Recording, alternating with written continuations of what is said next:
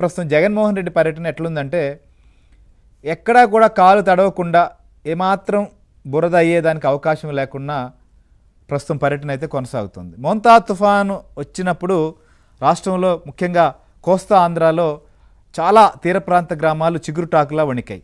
ఆ టైంలో ఇక్కడికి ఆంధ్రప్రదేశ్కి వచ్చేదానికి అవకాశం లేదని బెంగళూరులో జగన్మోహన్ రెడ్డి ఉన్నారు. తుఫాను వచ్చింది వెళ్ళింది, తర్వాత జగన్మోహన్ రెడ్డి వచ్చాడు. వచ్చి మీడియాతో మాట్లాడేసిన తర్వాత మళ్ళీ వెళ్ళిపోయారు. తర్వాత మళ్ళీ ఇప్పుడు వచ్చారు. వచ్చి మళ్ళీ పర్యటనకు రావడం జరిగింది.